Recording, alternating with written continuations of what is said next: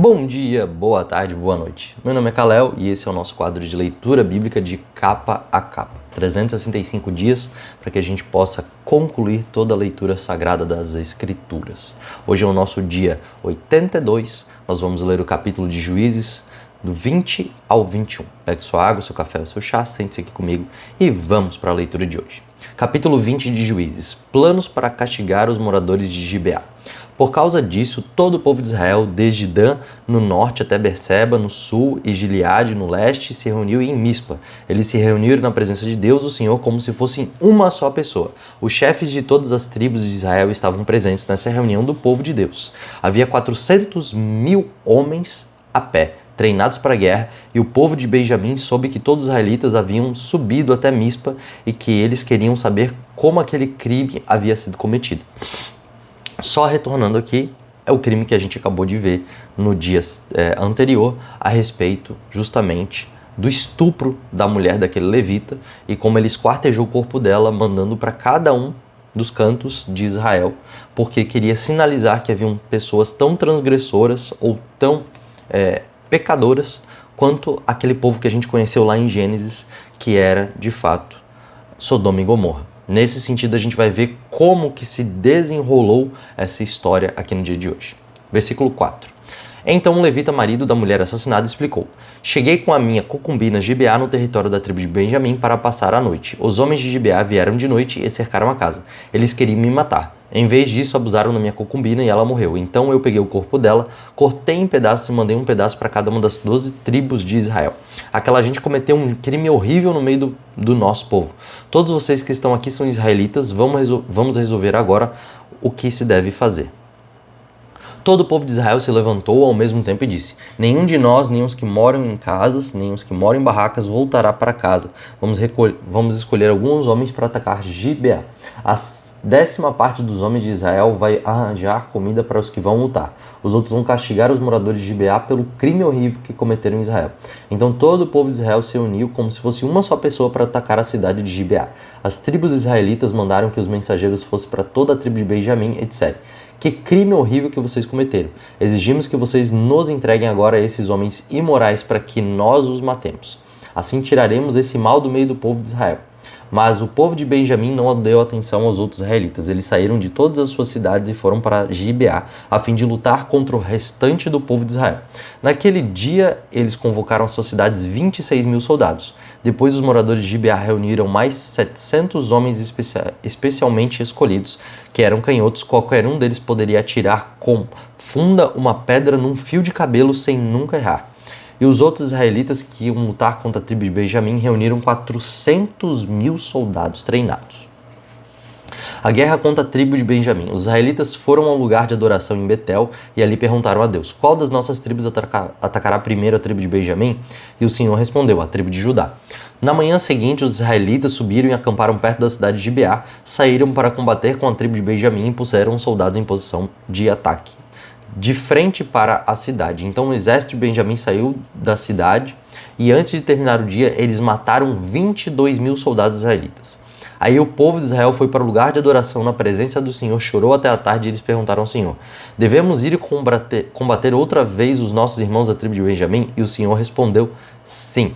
Então o exército israelita se animou de novo e eles puseram seus soldados em posição de combate novamente, no mesmo lugar em que havia lutado no dia anterior. Os israelitas marcharam contra a tribo de Benjamim pela segunda vez, e pela segunda vez os soldados de Benjamim saíram de Gibeá, e dessa vez mataram 18.000 soldados israelitas treinados. Então todo o povo subiu de novo até Betel para chorar e ficaram ali na presença de Deus, o Senhor, e não comeram nada até a tarde, e apresentaram ao Senhor ofertas que foram completamente queimadas e sacrifícios de paz. Eles fizeram uma pergunta ao Senhor. Acontece que naqueles dias a Arca da Aliança estava ali em Betel, e Finéias, filho de Eleazar e neto de Arão, estava encarregado de cuidar dela. A pergunta que eles fizeram foi essa: Devemos sair mais uma vez para combater os nossos irmãos da tribo de Benjamim ou devemos desistir? O Senhor respondeu: Combatam, porque amanhã eu farei com que vocês os derrotem. Então os israelitas puseram alguns soldados escolhidos em volta de Gibeá. No terceiro dia marcharam de novo contra o exército da tribo de Benjamim. Os seus soldados ficaram na posição em batalha na frente de Gibeá, como tinham feito antes. Os soldados de Benjamim saíram para combater e se afastaram da cidade, como haviam feito antes. Começaram a matar algumas pessoas na estrada de Betel, na estrada de Gibeá e perto de um campo aberto. Mataram mais ou menos 30 israelitas e diziam: nós já o derrotamos como das outras vezes. Mas os israelitas disseram: vamos recuar e fazer com que eles se afastem da cidade e venham para as estradas. Então a maior parte do exército israelita saiu dali e tornou a se juntar em Baal-Tamar. Mas os homens cercavam a cidade e saíram de repente dos lugares onde estavam escondidos na planície de Gibeá. 10.000 dos melhores soldados israelitas atacaram Gibeá e o combate foi duro. Os benjamitas não imaginavam que ia ser destruídos. O Senhor Deus fez com que os israelitas derrotassem o exército de Benjamim e naquele dia os israelitas mataram 25.100 inimigos. Então os benjamitas compreenderam que estavam vencidos. Uma coisa muito importante que a gente pode perceber aqui em relação à sabedoria que o texto de Deus nos dá, não é que Deus vai mandar para a gente fazer alguma coisa que a gente vai conquistar ou ter uma vitória imediata. Às vezes Deus vai mandar a gente fazer batalhas ou travar coisas que não vai ser no primeiro dia que vai ser resolvido, que a gente vai vencer, e às vezes a gente pode até passar por derrotado. A grande questão é o quanto nós vamos nos posicionar em acreditar que a palavra de Deus vai nos trazer a vitória. Porque no primeiro dia a ordem era ataquem, no segundo dia a ordem era ataquem, no terceiro dia a ordem continuou sendo a mesma, mas nesse dia Deus falou: hoje eu vou dar vitórias para vocês. Às vezes na nossa vida contra o pecado, na nossa vida de santidade, a gente pensa só porque a gente perdeu um dia que a guerra foi o quê? Perdida. Às vezes é só uma batalha perdida, mas Deus continua nos mandando falar: ataquem, ataquem, ataquem. A vitória no Senhor é certa, mas não quer dizer que ela vem no mesmo dia. Que nós possamos tirar a partir dessa lição desse texto de que precisamos perseverar nas ordens do Senhor até o dia que Ele nos traga a vitória, seja na nossa vida de santidade, seja na nossa vida como pessoas comuns, seja na nossa vida como homens e mulheres de Deus diante do Senhor em sacerdócio, diante da igreja, seja na nossa vida com o nosso cônjuge, com os nossos pais e com as nossas famílias. A vitória dos israelitas. Os israelitas tinham se retirado durante a luta contra os benjamitas porque confiavam nos homens que haviam colocado escolhidos em volta de Gibeá. Esses homens avançaram depressa na direção de Gibeá, espalharam-se e mataram todas as pessoas da cidade. O exército israelita e os homens que estavam escolhidos tinham combinado um sinal. Quando vissem uma grande nuvem de fumaça subindo da cidade, os israelitas que estavam de fora, no campo de batalha, deveriam dar meia volta e atacar.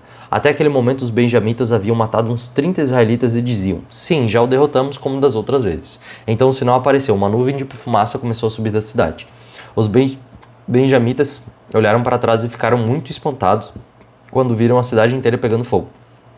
Então os homens de Israel deram meia volta e os benjamitas ficaram apavorados porque viram que iam ser destruídos. Eles fugiram e correram na direção do deserto, mas não puderam escapar. Foram cercados pela maior parte dos exércitos israelitas e também pelos soldados que vinham da cidade e foram destruídos. Os israelitas cercaram os inimigos e os perseguiram sem parar até um lugar a leste de Gibeá e os iam matando pelo caminho. 18.000 dos melhores soldados benjamitas foram mortos, os outros fugiram na direção do deserto, para a rocha de Rimon. 5.000 foram mortos nas estradas, os israelitas perseguiram o resto e assim mataram mais de 2.000 homens. Ao todo, 25.000 benjamitas foram mortos naquele dia, todos eles soldados valentes. Porém, 600 homens fugiram para o deserto, para a rocha de Rimon, e ficaram lá 4 meses. Os israelitas atacaram o resto dos benjamitas e os mataram, tanto homens como animais, e destruíram tudo o que encontraram e queimaram todas as cidades da região. Esposas para a tribo de Benjamim, capítulo 21. O povo de Israel havia feito em Mispa esse juramento a Deus: nenhum de nós deixará que um homem da tribo de Benjamim case com uma das nossas filhas. O povo foi a Betel e ficou ali na presença de Deus até a tarde, e eles começaram a chorar amargamente em voz alta, dizendo: ó Senhor, Deus de Israel, por que aconteceu isso? Por que está faltando uma das nossas tribos? O povo se levantou bem cedo da manhã seguinte e construiu ali um altar. Apresentaram ofertas que foram completamente queimadas e sacrifícios de paz e perguntaram: de todas as tribos de Israel, quem foi que não subiu para aquela reunião na presença do Senhor Deus em Mispa? E tinham feito um juramento muito sério: quem faltasse à reunião em Mispa seria morto. O povo de Israel teve muita pena dos seus irmãos da tribo de Benjamim e disse: hoje Israel perdeu uma das suas tribos. O que faremos para arranjar esposas para os que ficaram? Pois juramos ao Senhor que não daríamos a eles nenhuma das nossas filhas. Eles perguntaram: De todas as tribos de Israel que não compareceram diante do Senhor em... Quem foi de todas as tribos de Israel que não compareceu diante do Senhor em Mispa? E ficaram sabendo que Jabes de Gileade, de lá ninguém havia tomado parte na reunião. Quando fizeram a chamada do povo, ninguém de Jabes de Gileade estava lá. Então todos concordaram em mandar para lá 12.000 homens dos mais corajosos com essas ordens. Vão e matem os moradores de Jabes de Gileade, tanto homens como mulheres e crianças. Façam isso, matem todos os homens e todas as mulheres que não forem virgens. E eles encontraram 400 virgens em Jabes de Gileade, e as levaram ao acampamento de Siló, que ficava na terra de Canaã. Então todos concordaram em mandar mensageiros aos benjamitas na rocha de Rimon para fazer uma proposta de paz. Aí os benjamitas voltaram e receberam aquelas 400 moças de Jabes de Gileade, porém não havia moças em número suficiente para todos. Então o povo ficou com pena dos benjamitas, pois pela vontade do Senhor estava faltando uma das tribos de Israel. Aí os chefes do povo de Israel disseram: não há mais mulheres na tribo de Benjamim? O que vamos fazer para arranjar esposas para os que ficaram? O povo de Israel não deve perder uma das 12 tribos do Senhor. Temos de achar um jeito de a tribo de Benjamim não acabar, porém não podemos deixar que eles casem com as nossas filhas. Eles falavam isso porque o povo de Israel havia amaldiçoado quem deixasse um benjamita casar com sua filha. Então disseram: a festa anual do Senhor na cidade de Siló está perto. Siló fica ao norte de Betel, ao sul de Lebona e ao leste da estrada que vai de Betel a Siquém. E os chefes do povo de Israel disseram aos benjamitas: vão, esconde-se nas plantações de uvas e fiquem vigiando. Durante a festa, quando as moças de Siló saírem dançando, vocês também saiam da plantação de uvas e cada um agarre uma das moças. Levem embora para a terra de Benjamim. Assim, quando os pais ou os irmãos delas vierem se queixar, nós poderemos dizer: por favor, deixem que elas fiquem, pois na batalha contra Jabes de Gileade não conseguimos mulheres para todos os benjamitas. E vocês não serão culpados de quebrarem a promessa, pois não deram suas filhas a eles, elas foram roubadas. E assim fizeram os benjamitas, cada um deles escolheu uma esposa entre as moças que estavam dançando e a levou embora. Então voltaram para sua terra, construíram de novo as suas cidades e ficaram morando ali. Enquanto isso, os outros israelitas saíram e cada um voltou para sua tribo e a sua família naquelas terras. Naquele tempo não havia rei Israel e cada um fazia o que bem queria. Hoje finalizamos aqui o livro de Juízes. E como podemos ver, novamente, todas as vezes que o povo decidia escolher e fazia alguma coisa, muito provavelmente não era da vontade do Senhor. Mas o Senhor agia com misericórdia para com seu povo, até os guiarem a que o rei viesse a ser manifesto. Isso a gente deve também entender que às vezes nós cometemos muitas coisas que elas são não tão morais assim, não tão legais assim, mas por graça e por misericórdia, Deus tem nos conduzido até que nós possamos chegar ao lugar da revelação do Rei, ou seja, da revelação de Cristo na nossa vida. Ele vai nos conduzir em graça e misericórdia até que Cristo e a proposta do Evangelho de Cristo seja manifesta em todas as áreas da nossa vida. O Evangelho ele não é para aquelas pessoas que precisam ser evangelizadas.